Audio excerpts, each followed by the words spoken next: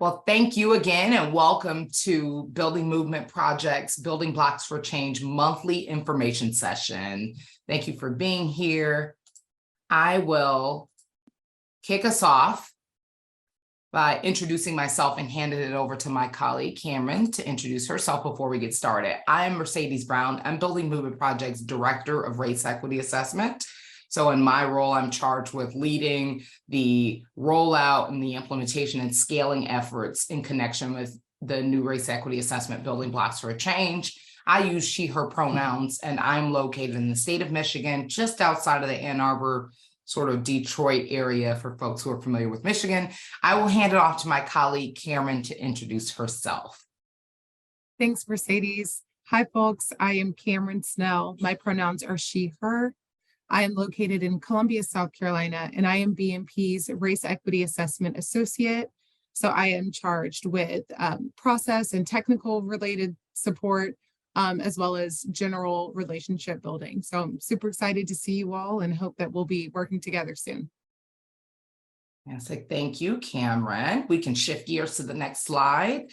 Before we dive into the session, let's do a high-level overview of what you can expect to get out of the session. So we'll encourage folks who had an opportunity to hear from myself and my colleague Cameron at BMP. I encourage folks in the chat to introduce yourselves. So if you would share your name, your preferred pronouns, your location, and your role, that would be helpful information for our team to have. You'll have an opportunity to weigh in and provide a little bit more insights about yourself later on.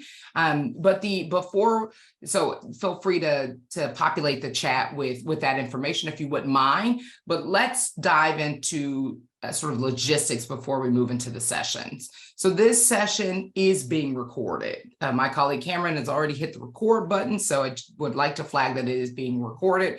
The other thing I'll flag here is interaction encouragement. So this session, we hope to not just have you listen to us the entire time. So you are encouraged to interact with our team during the information session in a number of ways. One, right at the gate, it will be obviously populating your introduction information in the chat. So that's one way that you can interact with one another, as well as my colleague Cameron, is through the chat feature. The other way you'll have an opportunity to interact with us is through poll questions. So we have a series of poll questions designed to gauge who is in the room, your familiarity with the BB4C assessment, as well as your experience with race equity initiatives and practices. So interact with us through polls. And then one of the last and most important things that we'll encourage you to do is to use the Q&A feature during the session. So rather than to add questions to the chat that are directed to our team, we are encouraging you to add questions to the Q&A through the Q&A feature. Submitting questions there will allow our team to easily track them and respond to them during the session, but especially during the time that we're holding towards the end to respond to questions as they come in. So now that we've covered the logistics, I'll just sort of quickly touch on what we plan to cover in a more substantive capacity during the session. So we'll provide a Building Blocks for Change or BB4C assessment overview. There will lift up the sort of key components of the assessment framework and the process to help you get your head around what's included, as well as my colleague Cameron will move us through a live Building Blocks for Change or BB4C user dashboard demonstration, which we're excited to share with this group this morning. Then we'll hold time for Q&A, which, although you are encouraged to submit questions through the Q&A feature throughout this session, but we'll hold time to make sure that we're being responsive to those questions, and then we'll close out the session through a wrap up and make sure that your team knows how you can contact the BMP team if you have questions or interest in the Building Blocks for Change assessment. So I'll hand it over to my colleague to dive into the polls. Thanks, Mercedes. Awesome, folks. So as Mercedes said, now that you know who we are, we're excited to learn a little bit more about you. So we've got a couple of poll questions here that I'm going to launch. The first question we have is aimed at understanding which role you most closely identify with. So I am launching a poll here. Let's take a second, respond, and then we'll take a look at the results as a group. Perfect, folks. Awesome. So just looking at the results here, it seems like we've got a lot of representation from the nonprofit employee group of folks here. We've got about 80% of you representing that group. And then we've got about 20% representing like a DEI professional. So a capacity builder or a consultant. So it looks like we've got some good variety in the group. Awesome. Perfect. So I will shift into our second poll question, which asks you to describe your race equity experience. So I will go ahead and launch that one. Awesome. We're right at 71%. Let's see if we can't get a little bit of engagement and then we'll call it. See, it looks like, oh, just there we are. Perfect. Awesome, folks. So let's share these results. So it looks like we have a couple of people who aren't currently engaging in race equity work. It looks like we have some folks who are engaging with initiatives within their work, in their workplace, or leading.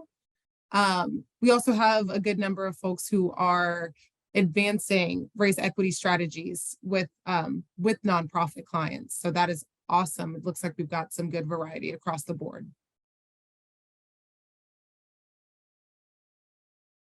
Perfect, folks. So then our last poll question is aimed at gauging your familiarity with the building blocks for change assessment process.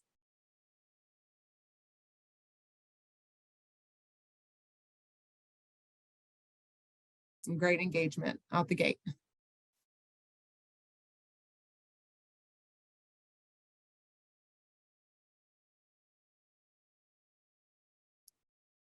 Perfect. So it looks like here we've got a couple of folks who are completely unfamiliar with building blocks for change. Perfect. You're in the right place. And then some folks who are slightly familiar. So awesome. We will, we're excited to share a lot of information about building blocks for change with you all today. So thanks for answering our poll questions. I'm happy to shift us into a high level overview of building blocks for change. Perfect, folks. So on a high level, building blocks for change is an automated race equity assessment process that we designed at Building Movement Project to support nonprofits in building what we've identified as the foundational and necessary capacities for fostering workplaces that are racially equitable and inclusive. So the assessment aims to do that by focusing on what we've identified through 3.5 years of research, development, and testing with just under 90 organizations as the most impactful drivers of organizational culture change, Those 4 capacities are learning, leadership, conversation, and voice. And just at a high level, this is the building blocks for change assessment process framework. And so this is important because it really underpins the entire BB4C assessment process. So as I'm transitioning, feel free to drop any questions you have in the Q&A feature. As I'm moving through, Mercedes, please feel free to hop in if you have anything to add. So this graphic does a really great job of breaking down the framework. So what you see on the left-hand side is those are the 4 foundational drivers of organizational culture change that I just mentioned: learning, leadership, conversation, and voice. On the right side, you'll see what we refer to as focus areas. And those 3 focus areas are motivation, practice, and structures. So through years of research, we've identified these 3 focus areas as additional lenses for analysis. These are really helpful because, there we go.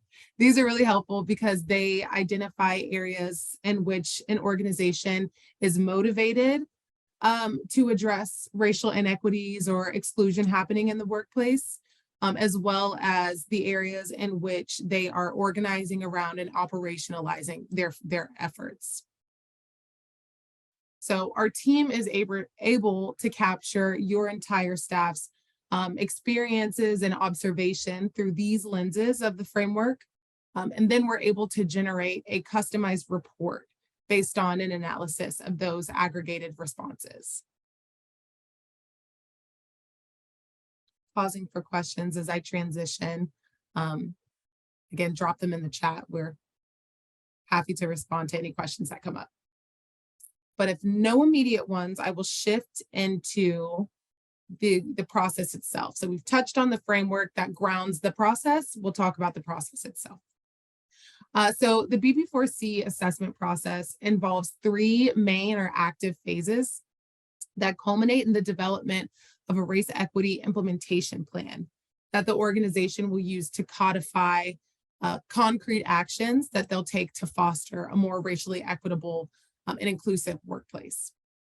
So the 3 main phases are bookended by a getting ready phase, which is a phase in which the organization will prepare to launch the assessment.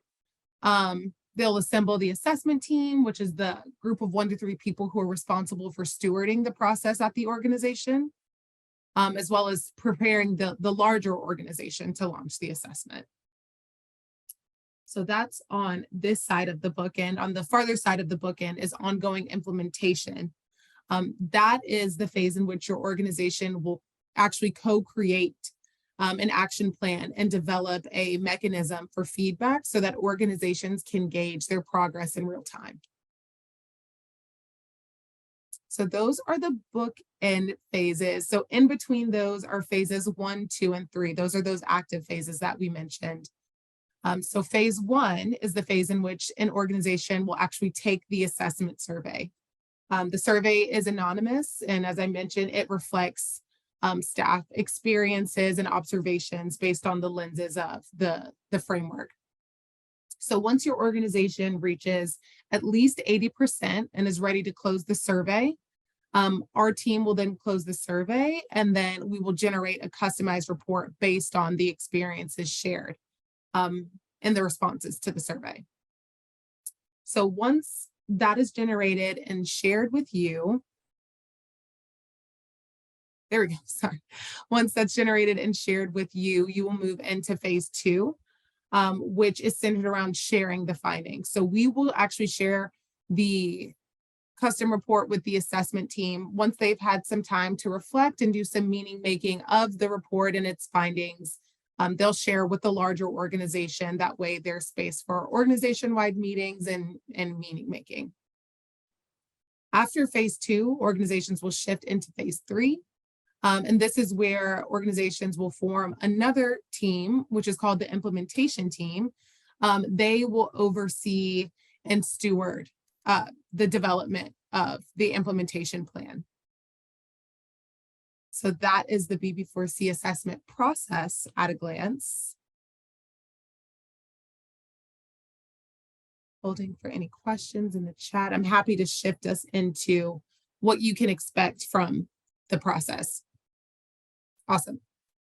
So organizations can expect to spend about 6 to 9 months, anywhere in between 6 to 9 months on the BB4C assessment process. So through beta testing, we've seen organizations dedicate around this much time, 6 to 9 months to the process. But just want to remind folks that the timeline and the pace is completely set by your organization. Competing priorities, time of year, organization size can have an impact on how long it takes. But generally from beta testing, we've seen organizations take anywhere from 6 to 9 months. Within those 6 to 9 months, your organization can expect to form an assessment team, which again is that group of 1 to 3 people minimally who will steward the BB4C process at your organization. Then lastly, members of the assessment team can expect to dedicate anywhere from 1 to 15 hours per week across the team to supporting the BB4C process.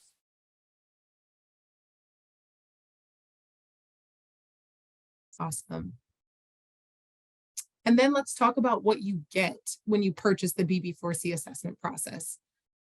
So in addition to the custom report under our base cost pricing, organizations will receive access to the BB4C dashboard, which Mercedes mentioned. I will do a demonstration of here in a minute. But that is that houses a robust library of digital materials with guidance on how to move through the assessment phases, and also offers access to the BB4C help desk, which is where we offer technical assistance. You can ask process-related questions, technical support questions, or voice any concerns that come up throughout the process. That help desk is manned by the BMP team, and we are dedicated to ensuring responsive support to participants.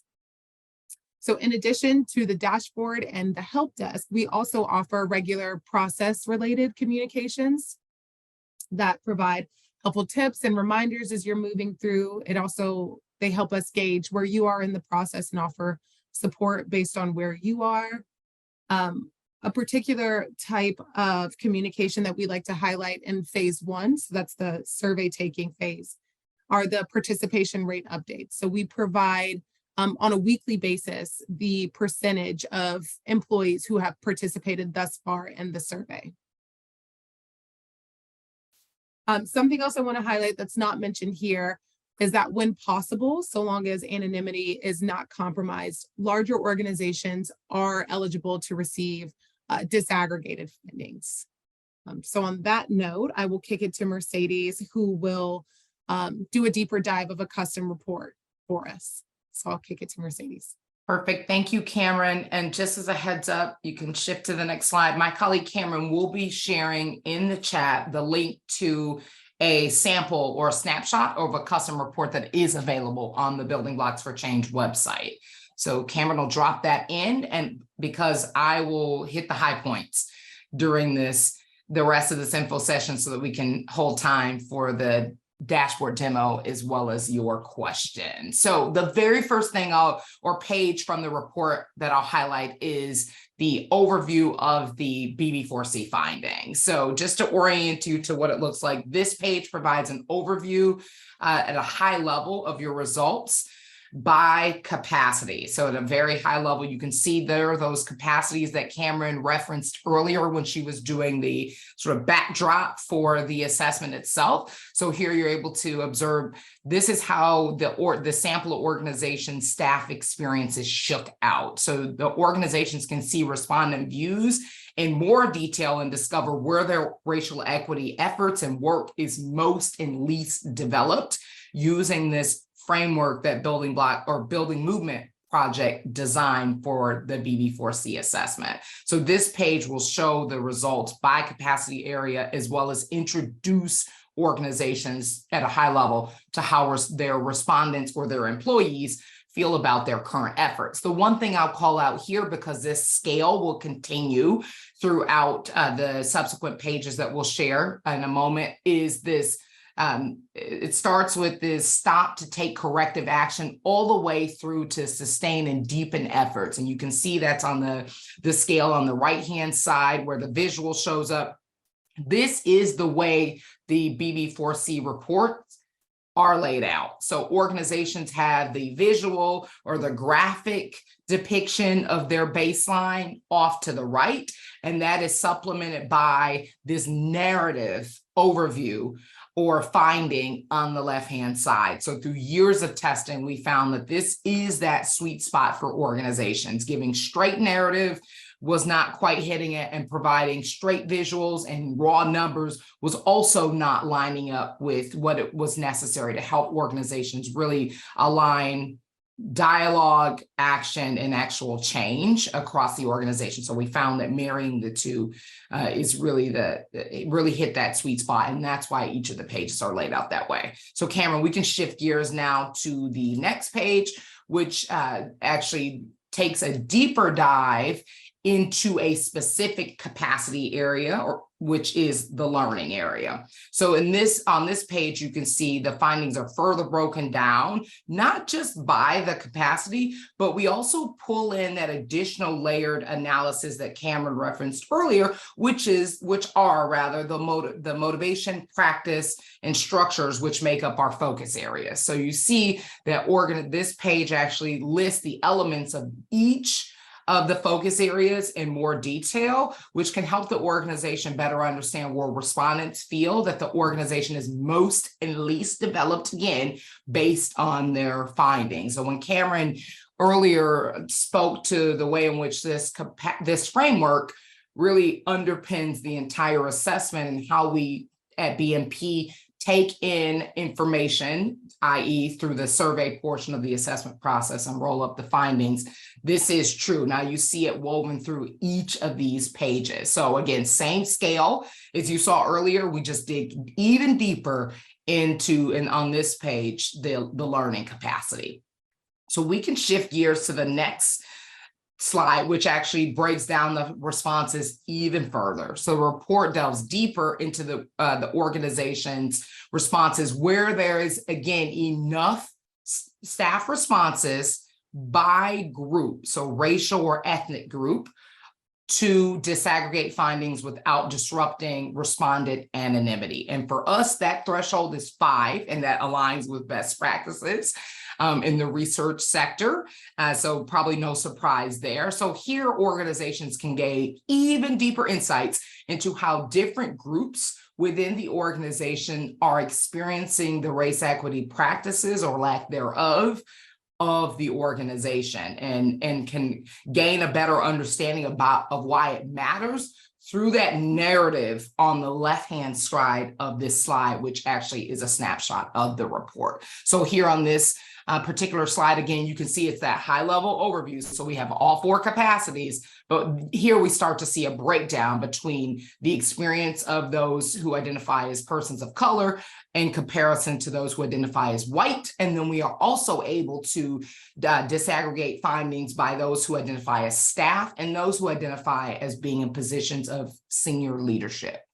So we can shift gears to the next slide, which breaks down the responses even further. If that theme is not coming through, when it's possible, we are able to offer even deeper disaggregation. And we are able to disaggregate even deeper than what you see on this slide, since we built out our analysis since pulling the sample together. So this particular page of the report looks at responses by race, where possible. So you see the various categories, but as Cameron referenced earlier, we're able to break down responses even further by tenure, position, as well, where organizations opt to go with that add-on, and where there are enough employees who identify as belonging to that group for us to safely do so.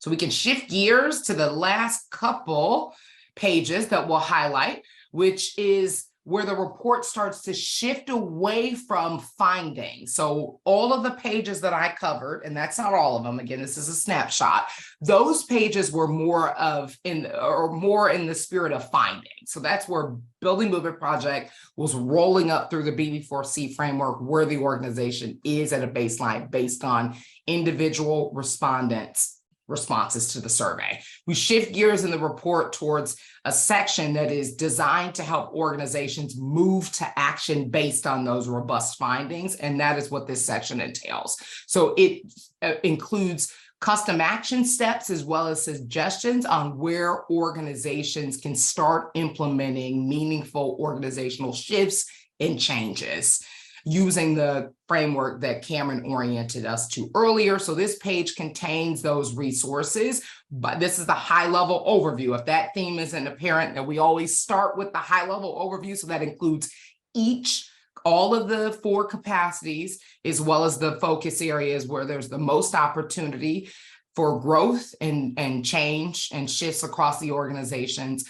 And it also includes this area of concern. You see this large gray bucket towards the bottom, where there are certain findings that really require the organization to address them as soon as possible. The team at BMP rolls those up right on this overview page. We can shift gears to the next page, which actually is another cut from the moving to action section, again, focusing on learning, just as we did earlier when we were looking at the findings. This page, or this section of the report, is going to delve deeply into more detail with regard to recommendations and suggestions around how to move to action by the actual capacity, as well as dig even deeper at the focus area level. So here, this page will list resources that are tailored to each of the focus areas that can assist the organization in creating that action plan, which Cameron referenced earlier, which is the cornerstone of the final 2 phases in the phased BB4C process. These are curated links and materials that our team maintain, or we maintain the active links, but these are sourced from our colleagues who are deeply skilled and knowledgeable, and those who have been doing this work for decades at this point. So we can shift gears, Cameron. Now I believe that I'm actually handing it off to you to take us through the BB4C dashboard demonstration. Thanks, Mercedes. That is correct. Let me get it to the right screen. Awesome. Perfect, folks. So as we've mentioned a number of times throughout our discussion today, one of the things that you can expect to receive from the BB4C assessment process is access to the BB4C dashboard, which, as a reminder, houses a robust library of digital materials with guidance on how to move through the phases, as well as access to that help desk. So without further ado, one of the features that we like to highlight is that the dashboard is actually password protected. So as I type in our password and get us logged in, I'll remind us that each organization upon sign up will receive their own password to the dashboard. So that is super duper helpful. One of the first things that I will click into here is the help desk that I mentioned. So here is the BB4C help desk. It's a short form that you can fill out and input some information, any trouble you're having, concerns, issues, technical related or process related. We are dedicated, again, to offering responsive support to our participants. That is easily accessible through the dashboard. So other elements that I want to highlight is that the dashboard is full of helpful tips and tools and reminders.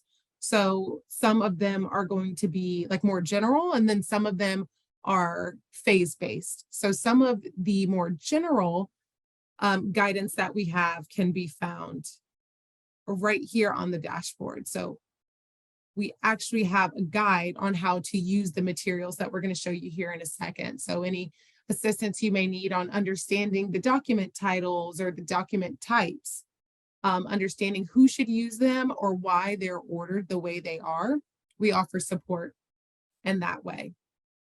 Another tip that's really helpful for folks is finding their BB4C assessment link. So to take the survey, you'll receive a customized link.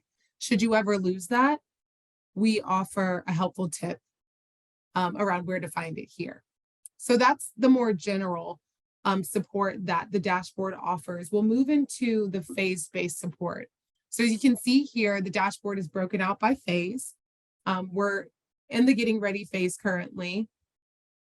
But as you can see, there is a tab for each phase, and they offer different helpful materials in each one. Perfect. So some of the phase-specific tips and reminders, one of the higher level tasks that we ask of organizations taking the assessment is to fill out something called an organizational profile. That's super important in the getting ready phase. And so we make sure that you have ample reminders here about completing that. So outside of helpful tips and reminders, something that we love to highlight is that the dashboard is interactive. So if your organization is moving through the BB4C assessment process and actually wants to track your progress on the dashboard, as you can see here, you can easily track all of the steps that you've completed to prepare for and execute each phase, as well as follow up with your organization as you progress to the next phase. Another important element of the dashboard are the FAQs. So we offer, general FAQs on the website, but once you log into the dashboard, we offer phase-specific FAQs. We have found that those have been super helpful through beta testing. Then in the dashboard, of course, the most important element that I've been referencing are the digital materials, which are housed here on the right. So there are 4 different types of materials. There are handouts, there are fillable worksheets, there are reference materials, as well as agendas. Those are the written materials. We also offer videos, which offer similar support, but in an auditory and a visual format. But here, what I can do, we will click into some of these materials here. One of the high-level tasks that we mentioned in the getting ready phase is forming your assessment team, which is the group of 1 to 3 people who will steward the process. So we typically get a lot of questions. What should that team look like? Who should be on that team? What are the roles on that team? We've created materials that answer all of those questions and actually help you to form that team. So as you can see here, we've got some role definitions that will help you choose the right person for each role. And although that's helpful, we actually break it down even further for you. So we have a description of each role. So those are the champions, the process lead, and facilitator. We provide information on what the expected time commitment will look like, as well as traits for success. So one of the questions that we get about the assessment team is, should this team only be made up of senior leadership? We don't recommend forming the assessment team based on positionality in the organization, but we do recommend forming the assessment team around traits for success. So folks who are relational and respected, unbiased and non-judgmental, those are folks that would serve really well on the assessment team. So again, not necessarily about position or leadership, but about who will, do the best job stewarding this process at your organization. So that is one of our materials. Something else that's really important to us that we love to highlight, each phase has opportunities for reflection. So as you move through the phase and before you progress to the next one, we encourage you to fill out these reflection questions. They're really helpful for organizations. We found through beta testing that they help organizations realign as they progress to the next phase and identify, room for areas of improvement as well as areas of success throughout the BB4C process. This is also helpful to our team because it helps us gauge where you are in the process and offer tailored support based on where you are. So there's the reflection questions offer insight for both your organization and ours. Move through that really quickly, but that is the dashboard at a glance. Feel free to drop questions into the Q&A feature here, but I am happy to kick it off to Mercedes because I think we're going to do some live Q&A here in the moment. Indeed. Let's check so we've got no questions. Thanks, Cameron. I should say that. Thank you for moving us through the dashboard demo. I'll remind folks and encourage folks to use the Q&A feature to roll questions up to the BMP team. There are none there right now. We did have one question that came in. Thanks for submitting that question. I'm responding through the chat for that, providing responses through the chat for that question that came in. But I guess it makes sense, Cameron, to actually just pause and see what questions, if any, are surfacing across the 6 folks that we do have on at the moment.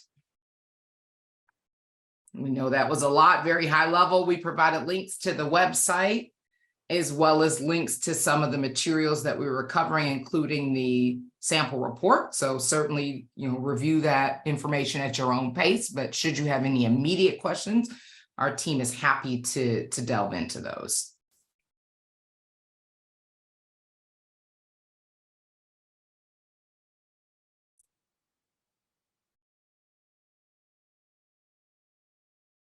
Also, always happy to give folks time back too.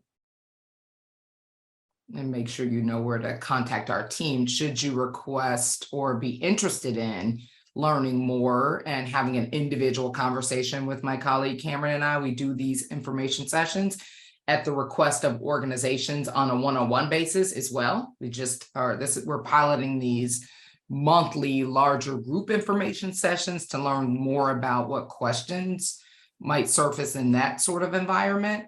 But if folks are interested in meeting with our team one-on-one to delve into your organization's logistics and specifics, we often find that's actually a really helpful time to get deeper.